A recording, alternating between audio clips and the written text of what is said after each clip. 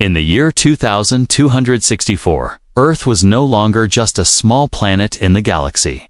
People had built great cities on the Moon, Mars, and many other places. They had fast ships that could travel far from home. But this year was special. This was the year Earth sent its first great battle fleet into deep space. Everyone on Earth was watching. Everyone in the galaxy was watching too. Commander Lucas Hale stood on the bridge of his ship. It was the largest and most powerful ship humans had ever made.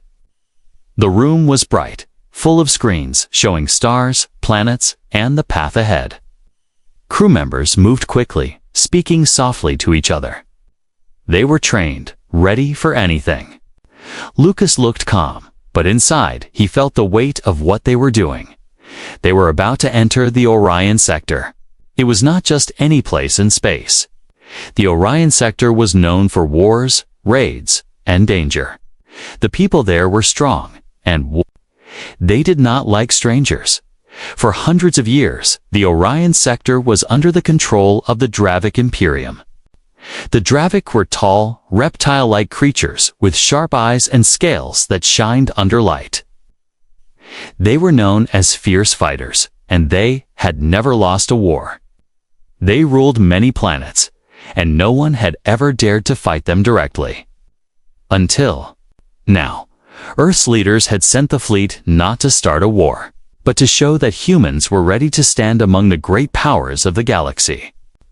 The fleet was made of shining ships, each with powerful weapons and strong shields.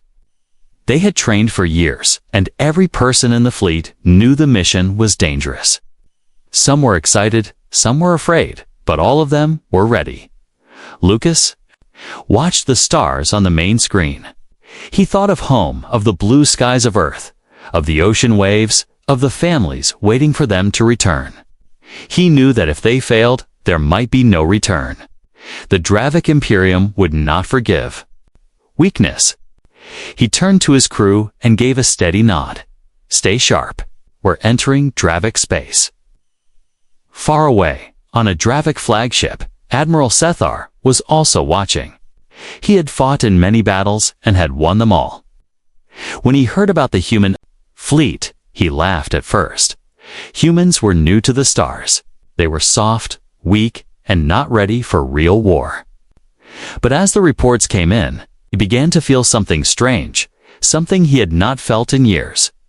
Caution. Sethar studied the human ships on his screen. They moved in a perfect line, their engines glowing in the dark. They did not rush. They did not break formation. It was the way a predator moves, slow and sure. He told himself they were few in number, only one fleet. But something about their quiet confidence made his scales feel tight. Back on the human flagship, Lucas gave the order to slow down as they reached the edge of the Orion sector. They had no plan to attack first, but they were ready if the Dravic made a move. The crew checked weapons, ran system scans, and watched the radar. The stars outside seemed peaceful, but everyone knew how quickly peace could end. The first sign of the Dravic appeared as three small ships on the edge of the screen. They were scouts, fast and lightly armed. They stayed far away, watching. Lucas did not send a message. He let them watch. If the Dravic wanted to see what humans could do, they would see daughters past. The scouts left, and larger Dravic ships came into view. They stayed at a distance, like wolves watching from the trees. The humans kept their course, neither slowing nor speeding up. The tension on the bridge grew with every passing minute. Every sound, every beep of the radar felt louder than it should. Then, a call came from the communications officer. Commander, the Dravic are sending a message. Lucas told her to put it on screen. The image of Admiral Sethar appeared. His voice was deep, with a slight hiss.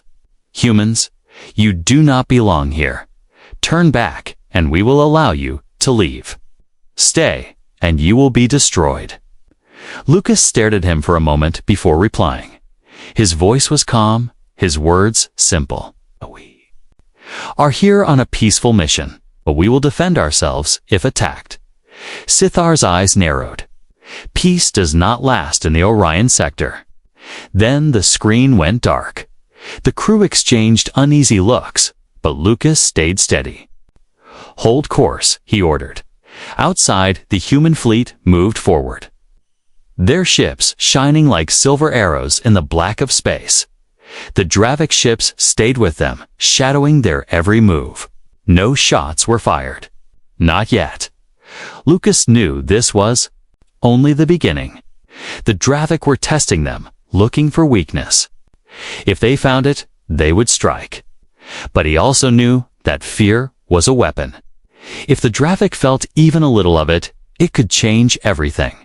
The stars around them seemed endless. But in that vast space, two powers had just met, and the galaxy was about to see what happened next. Asterisk, the Dravik Imperium had ruled the Orion sector for centuries. Their worlds stretched across star systems. Their fleets patrolled every trade route, and their laws were enforced with fear. Most species in the sector had long ago accepted the Dravik as masters. Those who resisted had been crushed, their cities burned, their people scattered. No one had ever dared to challenge them directly.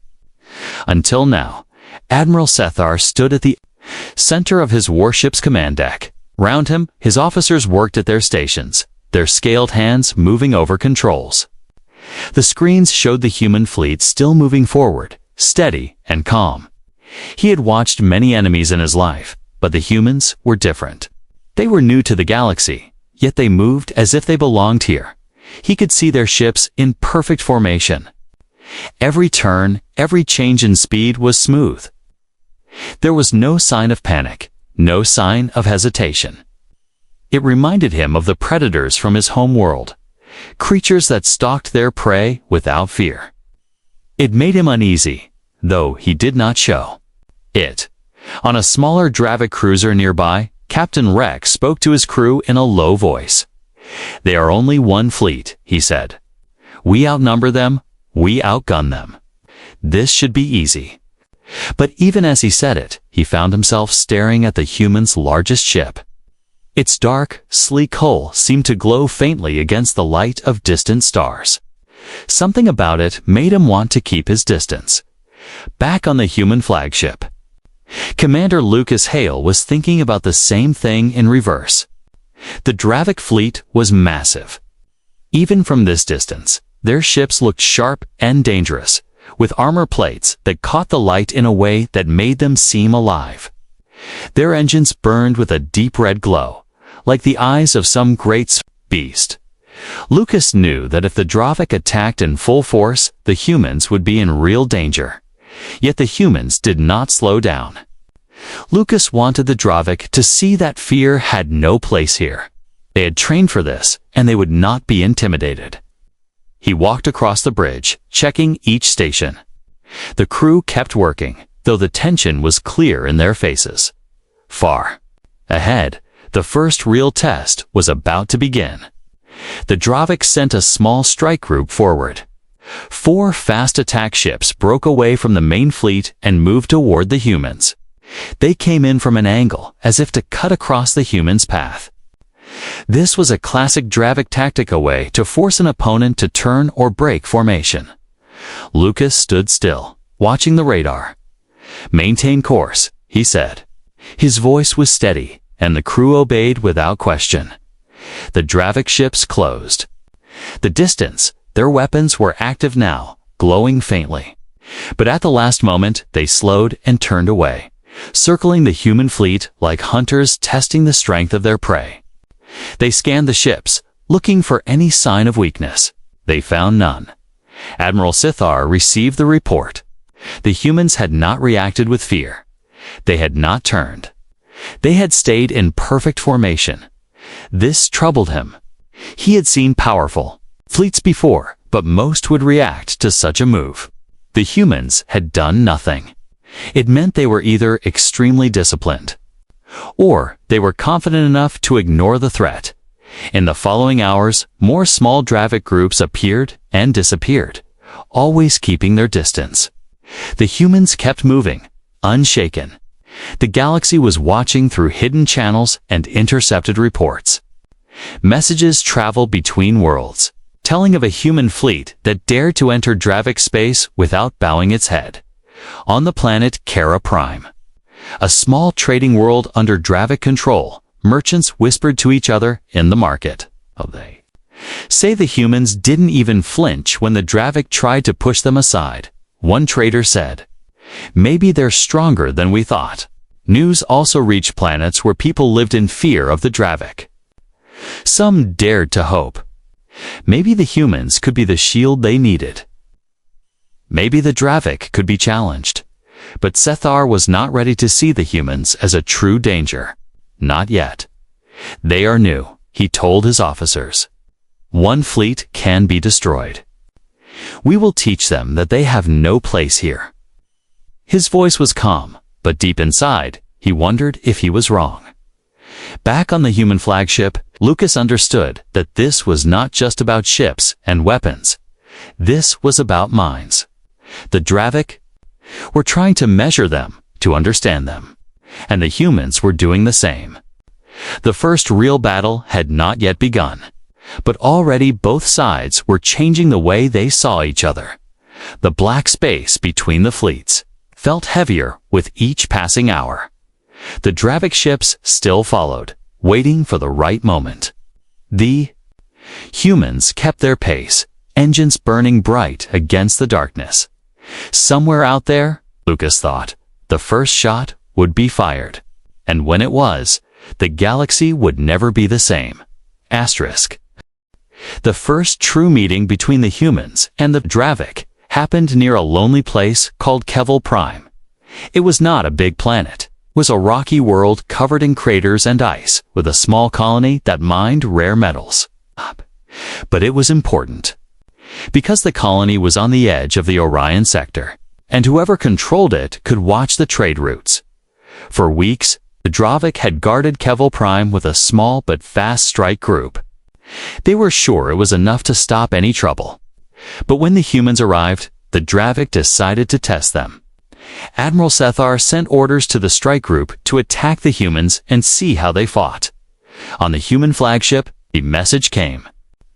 To Commander Lucas Hale, the radar showed 6 Dravik attack ships moving quickly toward them. Captain Maria Brooks, who commanded one of the human squadrons, stepped forward and spoke in a calm voice. "We can handle this, sir." Lucas gave her the order to engage. The human ships broke into 2 groups, moving like parts of a single machine. Maria's squadron went to meet the Dravik head-on, while the other group moved to cut off their retreat. The Dravik ships came in fast, their weapons glowing. They opened fire first, beams of red light flashing across the darkness. The humans answered immediately. Their weapons were different blue and white bursts that lit up the black space. The Dravik had expected the humans to take a defensive position, but instead they pushed forward. Their ships moved in sharp, precise turns, each one covering the others. Maria's voice was steady as she gave orders. "Target their engines, don't let them regroup." Her squadron focused their fire, and in moments, one Dravik ship was spinning out of control, its engines gone. The rest tried to adjust, but the humans were faster. The battle did not last long. The Dravik fought hard, but their usual tricks, quick feints, sudden charge, did not work. The humans adapted too. Quickly, every time a Dravik ship tried a new move, the humans blocked it. 15 minutes after the first shot was fired, it was over. 3 Dravik ships were destroyed. 2 were drifting without power, and 1 had fled at high speed. Silence filled the human bridge for a moment after the last enemy ship vanished. The crew looked at each other, and then quiet cheers began. Lucas allowed himself a small smile. "Well done, everyone," he said. But inside, he knew the Dravik would not take this lightly. Far away, Admiral Scythar watched the battle through reports and camera feeds. At first, he could not believe it. The humans had not just once, they had made it look easy. awe. They moved how they worked together without hesitation. It was not luck. It was skill. Some of Sethar's officers tried to explain it away. They caught us by surprise. One said, "They will not win next time." But Sethar said nothing. His eyes stayed on the screen, replaying the moment when the humans had broken through the Dravik formation like it was nothing. News of the battle spread fast. In the Orion sector, such things could not be hidden. Traders, miners, and travelers carried the story to every corner. On small moons and space stations, people whispered about it. Some laughed, saying it was just one fight. Others said it was the start of something bigger. On a small space station called Velron Outpost, a group of merchants talked over drinks. The Dravik lost in 15 minutes, one said. 2 humans. That's never happened before. Another merchant leaned closer and said, "If the humans can beat them once, maybe they can beat them again." On the human ships, the crew felt a new sense of pride. They had faced the Dravik and won. But they also knew the danger was far from over. The Dravik would be angry now. They would come back stronger. Captain Maria Brooks spent the hours after the battle checking her ships and crews. Some holes were scorched, a few systems damaged, but nothing too serious. She spoke with her pilots, telling them how well they had done. They were tired but smiling. They knew they had been part of something important. Lucas sent a short message to Earth. HFY Prime secure. Minimal losses. Awaiting further orders, he did not need to say more. The fact that they had one spoke for itself. That night, if night could be counted in space, the human fleet stayed near HFY Prime. The stars outside were calm again, but every sensor was active, every watch officer alert. No one thought the Dravik were finished, and in the darkness, far beyond their range, Admiral Sethar was already preparing his next move. The humans had shown their teeth, but the Dravik were not done hunting. The next time they met, it would not be a small strike group. It would be something far larger. The Battle of HFY Prime had ended, but the real war might only be beginning. The news of HFY Prime spread faster than any ship could travel. In the Orion sector, there were many small worlds and colonies that lived under Dravik control.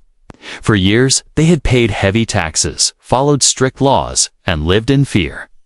Now, for the first time, they heard a different story, one where the Dravik had lost. On the human flagship, Commander Lucas Hale read the incoming reports. Traders were talking about them. Miners on distant moons were talking about them. Even in places where humans had never been, their name was spreading. The victory had been small in size, but big in meaning. Captain Maria Brooks joined Lucas on the bridge. "It's not just the Dravik who are watching," she said. "Other species are listening too. Some are wondering if we could be allies." Lucas nodded. "And some are wondering if we are a threat." On a cold mining station called Drevis Point, a group of workers huddled in a small cafeteria. They whispered to each other about the human fleet. One of them, a short, fur-covered miner from a distant world, leaned closer. "If they can beat the Dravik, maybe they can protect us," he said. The others looked at him with hope in their eyes, something they had not felt in years. But in the halls of Dravik power, the talk was very different. In a massive chamber on the Dravik capital world, high-ranking officers gathered around a long table. Admiral Sethar stood at the head, showing battle recordings of HFY Prime. The room was silent except for the sound of the battle. When it ended, one officer slammed his clawed hand on the table. This was a fluke, a lucky strike. Another officer shook his head. "No, look at the way they moved. Look at their formation. They fought as one mind. This is not luck." Sethar listened to them argue. He knew they were underestimating the humans. "We cannot ignore them," he said. One fleet did this. Imagine what more could do. But the Dravik Council was proud. They did not believe a young species like humans could be a true danger. In the end, they decided to prepare for a larger strike, but not to change their view of humanity. Not yet. Meanwhile, on a small human outpost orbiting a gas giant, news of the victory brought cheers. Families of the crew sent messages to the fleet telling them how proud they were. Some messages were simple. "We saw what you did. Come home safe." Others were longer, filled with hope that the Dravik could be stopped. Lucas knew that every victory brought both friends and enemies. "We need to be ready," he told his officers during a quiet meeting. "The Dravik will not make the same mistake twice. The next time we meet, it will be on their terms." In the days that followed, the human fleet stayed near HFY Prime. Engineers repaired damage from the battle. Pilots trained in new maneuvers. Maria spent long hours reviewing recordings of the fight, looking for ways to improve. Even in victory, she knew they could not become careless. One evening, as the fleet orbited the icy world, a small transport ship approached. It carried envoys from 3 minor worlds nearby. They asked to meet with Lucas in private. In the meeting room, the envoys spoke quickly, almost nervously. "We have lived under Dravik control for too long," one said. "If you can protect us, we will give you resources, food, fuel, information." Lucas listened carefully. He could not promise them protection yet, but he told them, "We will stand against anyone who tries to harm the innocent." The envoys left with cautious hope. Back in Dravik space, Sethar was meeting with a different kind of visitor. A spy ship had returned with detailed scans of the human fleet. The data showed strong shields, advanced weapons, and an unusual ability to adapt to enemy tactics. Sethar studied every detail. He began to see the humans not as a passing threat, but as a challenge worthy of his skill. As days passed, more whispers moved through the Orion sector. Some worlds were ready to side with the humans. Others stayed silent, waiting to see who would win the next battle. The Dravik worked in secret, gathering forces for a larger strike. On the human ships, the crew felt the pressure growing. Every time they looked out at the stars, they knew somewhere out there, the Dravik were planning their next move. And every time they trained, they thought about the people in the small colonies who were counting on them.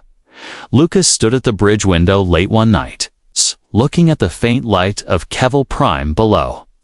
He thought of what victory meant on what it would cost to keep it.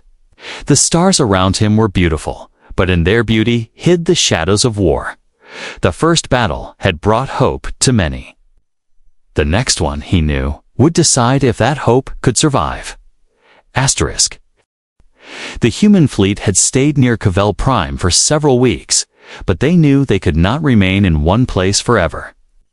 Supplies needed to be gathered, patrols had to be done, and the Dravik would not ignore their presence much longer. Commander Lucas Hale had been waiting for the next move, and when it came, it was bigger than he imagined. It started with a report from the long-range scanners. Lieutenant Karen Doyle read the data twice before speaking. "Sir, we have multiple readings coming from deep human space. They're large, very large." Lucas walked over to her station. The screen showed clusters of signals moving in formation. He frowned. "Identify." Karen looked up. "They're ours. All of them." At first, the crew didn't understand. Then the data became clear. 10 separate fleets, each with more than 30 ships, were on the move. They were headed straight toward the Orion sector. It was more firepower than Earth had ever deployed at once. Word spread quickly through the human fleet. Crews stood a little taller. Voices carried more confidence. If one fleet had been enough to win at HFY Prime, 10 would be unstoppable. For Lucas, it was a relief and a concern. The arrival of so many ships meant Earth's leaders were committing fully to this confrontation. There would be no turning back. Captain Maria Brooks met with Lucas in the strategy room. "Nice day. When the Dravik see this, they won't just be worried. they'll be afraid. Lucas nodded, but kept his tone calm. Fear can be useful, but it can also make an enemy desperate. Far away in Dravik space, Admiral Sethar received the same news. His intelligence officers brought him intercepted human communications and early sightings from border scouts. The images showed fleet after fleet moving in perfect order. Sethar stared at the display without speaking for a long time. One of his junior officers shifted uneasily. 10 fleets, Admiral, even for us. That is much. Another officer tried to sound confident. Numbers don't win wars alone. If we know these humans now, we can beat them. Sethar finally spoke. Numbers do not win wars alone. But these humans, they learn fast. And now they come with strength we have not faced before. We must prepare for more than battle. We must prepare for survival. His words made the room fall silent. Across the Orion sector, the smaller civilizations reacted with shock and excitement. On merchant stations, people gathered around public screens to watch grainy footage of the human fleets. On distant mining colonies, workers cheered. Some leaders sent messages offering trade or information in exchange for protection. Others stayed quiet, afraid the Dravik would punish them if they sided with the humans. On the human flagship, Lucas began coordinating with the incoming fleets. Messages flashed back and forth across light years. Fleet schedules were matched, supply points set, and patrol routes planned. Maria led training exercises so that when all the fleets met, they would move as one. The Dravik, meanwhile, were fortifying. Key positions. Worlds that had not seen warships in decades now had them orbiting overhead. Shipyards worked without rest, building new weapons. The Dravik Council still did not believe the humans could truly defeat them. But they agreed that this new show of force demanded an answer. As days passed, the tension grew. The human fleet near HFY Prime kept its position, watching the stars for signs of movement. The new fleets drew closer, their arrival timed so they would all meet at the same point before entering deeper Dravik space. Late one night, Maria stood on the bridge, looking at the star map. The 10 fleets were like a wall moving forward, slow but unstoppable. "It's going to change everything," she said quietly. Lucas joined her. "Yes, but we don't know yet if it will change things for better or worse." When the first of the new fleets arrived, the sight was breathtaking. Massive ships filled the void, their hulls shining silver and white against the black of space. Each fleet had its own commanders, but all answered to the United Earth Navy's high command. The crews of the original fleet watched as more and more ships came into formation. It felt like an unspoken promise Earth was here to stay. The Dravik saw the same thing from their distant observers. Reports to the council grew more urgent. Some Dravik leaders began quietly moving their families off key worlds, just in case. Others argued that the humans should be struck before they could fully unite their forces. But Lucas knew the Dravik would be cautious. He wanted them to think twice before attacking. And with 10 fleets now in position, the message was clear to the entire galaxy. Humanity was not just defending itself. It was ready to shape the future. The quiet before the storm was ending. Soon, one side would have to make the first move. When the 10 human fleets finally came together, the galaxy noticed. From the smallest mining colony to the busiest trade world, everyone was talking about the same thing: Earth's navy now stretched across the stars. Like a wall of steel and fire, in the Orion sector, the Dravik felt the pressure immediately. Admiral Sethar had been preparing for a fight, but even he had not expected the humans to send so much at once. 10 fleets meant hundreds of ships, each one with crews that had already proven themselves.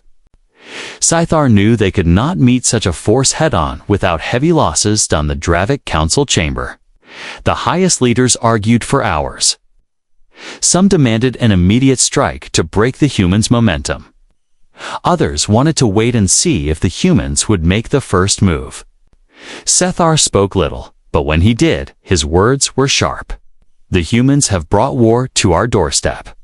If we wait too long, they will decide how it is fought. Meanwhile, on the human flagship, Commander Lucas Hale received his orders. The fleets would spread out across the edge of Dravik space, not to conquer, but to make it clear that Earth could reach anywhere it wanted. This was not just a show of strength, it was a warning. If the Dravik tried to attack human space again, they would face the full weight of Earth's power. Lucas called his senior officers together. "We are not here to start a war," he said, "but we are here to make sure no one mistakes our strength for weakness. Every patrol, every movement we make will be watched by the entire sector." Captain Maria Brooks was given command of a patrol group in the 7th Fleet, led by Commander Ethan Cole.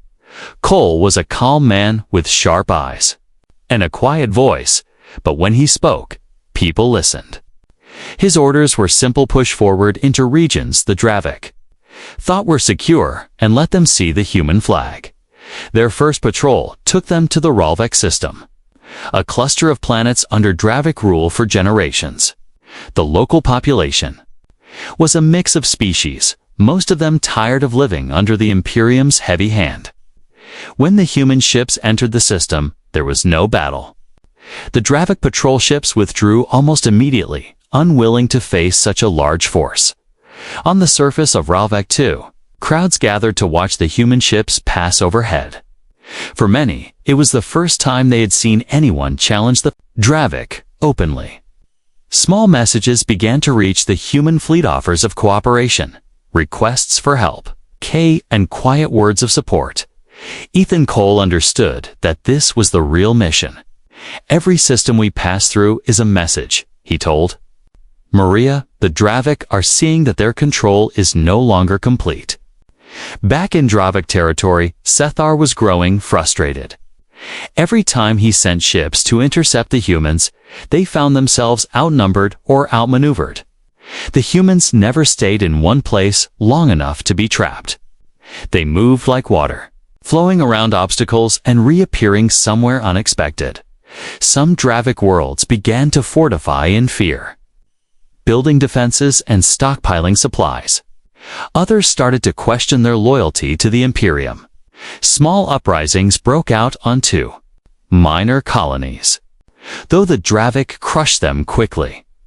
The message was clear: Earth's presence was changing the balance of power.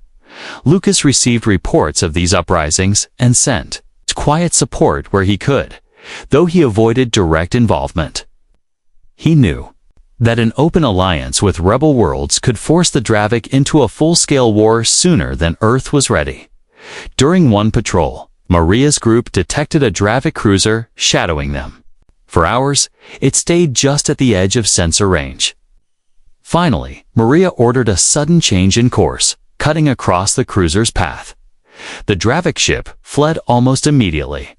The crew cheered, but Maria kept her tone serious. "They're testing us. Every time they run, they learn something. So do we." The human fleets kept moving, spreading further into the Orion sector.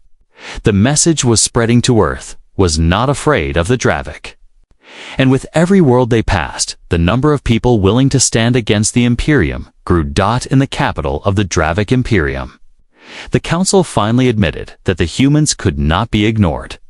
Plans were drawn for a large-scale counterattack, one that would test the strength of all 10 fleets at once. But for the moment, neither side made the first move. The stars between the fleets seemed quiet. But it was the kind of quiet that comes before a storm. Everyone, human and Dravik alike, knew it was only a matter of time before the next battle began. The longer the human fleet stayed in the Orion sector, the more the Dravik grip began to weaken. At first, the changes were small: a few patrol ships avoiding contact, a single planet refusing to send its tribute on time. But soon, the effects grew larger on the world of Varelia, a major trade hub. The people gathered in the streets to protest against the Dravik overseers. They carried signs in their own languages, demanding freedom. The Dravik guards tried to break the crowds, But the protests did not stop. Whispers spread that the humans were nearby, and that gave the people courage. In the capital of the Imperium, Admiral Sethar was watching reports come in from across the sector. His clawed hands tapped the table as he read the news. Several Dravik-controlled worlds had sent secret messages to the humans, offering to join them if they could guarantee protection. Sethar knew this was dangerous. Once loyalty began to crack, it could not easily be repaired.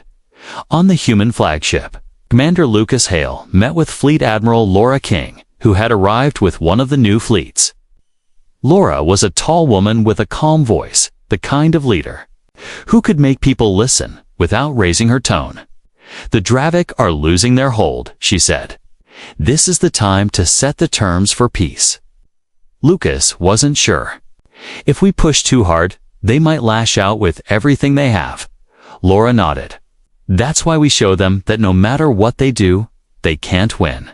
Under her direction, the fleets began moving deeper into Dravik space, not to attack, but to pass through systems the Dravik considered secure. The message was clear. There was no place the humans could not reach. In one such system, Captain Maria Brooks led her squadron past a Dravik world known for its shipyards. The Dravik warships stationed there did not engage.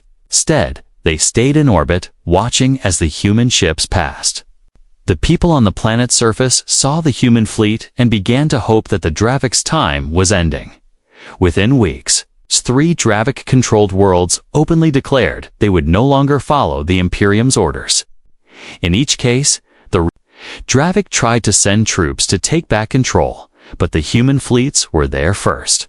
No battles were fought. The Dravik forces simply turned away when they saw the humans waiting. For the people of those worlds, it felt like liberation. On one of them, a young farmer stood outside his home at night, watching the human ships in the sky. They didn't fire a shot, he told his family. But the Dravik left anyway. Back on the human flagship, Lucas studied the reports. The plan was working. The Dravik were losing territory without a major battle. But he also knew this kind of success could not last forever. "They will strike back," he told Laura. "And when they do, it will be big." Sethar was thinking the same thing. In a private meeting with the Dravik Council, he argued that waiting any longer would only make things worse. "The humans are making allies. Every day we wait, our enemies grow stronger. We must show them that we are still the masters of this sector." The council finally agreed. Plans were made for a massive offensive, one that would force the humans into a single, decisive battle. The goal was not just to win, it was to destroy enough of the human fleets that they would never return. But for now, the humans still held the advantage. Their fleets moved wherever they wished, and each movement sent waves of fear through the Dravik ranks. Supply lines that had once been secure now felt vulnerable. Commanders who had never known defeat now hesitated before giving orders. In quiet moments, Lucas thought about what all this meant. The humans had come into the Orion sector to show strength, but now they were reshaping the balance of power. Worlds that had been under Dravik control for generations were tasting freedom for the first time. The question was whether that freedom would last. Laura saw it too. "We're not just winning battles," she told Lucas. "We're changing the map." And somewhere in the deep black of space, Admiral Sethar was preparing to change it back by force. The Dravik offensive began without warning. In the darkness between the stars, fleets emerged from hidden bases and moved toward human positions. Admiral Sethar had committed nearly every warship left in the Imperium to this one strike. His plan was simple: find the largest concentration of human ships and crush them before the others could arrive. In the command center of the human flagship, alarms rang as reports came in. Lucas Hale stood over the tactical display, watching red markers spread across the map. "They're coming." "For us," he said quietly. Laura King entered the room, her face calm despite the news. "Then we make them regret it." Orders went out to every fleet. The humans did not retreat. Instead, they moved to intercept. 10 full fleets spread out in a wide net, ready to close around the Dravik once they entered the chosen system. The battle began above a barren world with no name. Sethar's forces arrived first, forming a wall of warships. Moments later, the human fleets dropped out of faster-than-light travel, surrounding them on 3 sides. Space lit up with the fire of weapons. In the chaos, Lucas commanded the central formation. His ships took heavy fire, but held their ground. "Keep the line steady," he told his crew. "We don't need to win in the first hour. We just need to hold until the rest close in." Across the system, Maria Brooks led her squadron in a flanking maneuver. She targeted the Dravik supply ships, knowing that without them, the enemy could not last long. Explosions lit the dark as the supply. Ships broke apart. On the Dravik flagship, Sethar saw the trap closing. His claws gripped the arm of his command chair. "Push through their center," he ordered. But every attempt to break the line was met with human ships moving to block. For hours, the battle raged. Burned. Ships drifted powerless, and still, neither side gave in. But the humans had something the Dravik did not: reinforcements. More fleets arrived, cutting off every path of escape. Finally, Sethar saw that the battle was lost. His second-in-command urged him to retreat, but he refused. "If we flee, the Imperium is finished. Better to fight here." His ships fought until they were surrounded completely. When the firing stopped, the Dravik fleet was gone. Some ships had been destroyed, others captured. Admiral Scythar himself was taken prisoner. His command ended. The victory sent shockwaves through the Orion sector. News of the battle spread quickly. Worlds that had feared the Dravik for generations now knew they could be defeated. One by one, they declared independence or pledged alliance to the humans on the human flagship. Lucas stood beside Laura, looking at the map. The red markers that once covered the sector were few now. "It's over," he said. Laura shook her head. "No, it's never over. But we've given them something they didn't have before: hope." In the weeks that followed, human fleets remained in the sector to protect the newly freed worlds. Trade routes reopened. Planets that had once been isolated began to exchange goods and knowledge. For the first time in living memory, there was more talk of building than of war. Lucas visited one of the liberated worlds. He walked through markets filled with color and sound, hearing laughter instead of the silence of fear. A young boy ran up to him, offering a small carved figure of a starship. "For you," the boy said shyly. Lucas smiled and accepted the gift. "Thank you. Keep building and keep dreaming." Back on Earth, the news was met with pride. The story of how one fleet had first terrified the Dravikond, how 10 more had brought them to their knees, was told everywhere. It became a lesson in what could be achieved when courage and unity met overwhelming force. Far away, in the shadow of a dying star, the remnants of the Dravik Imperium gathered. Leaderless and broken, they argued over what to do next. Some wanted peace, others spoke of revenge. But all knew that the humans were now a power they could not ignore, and in the quiet of deep space, where battles had once filled the void with fire, the stars shone as they always had, silent witnesses to the rise and fall of empires. Asterisk.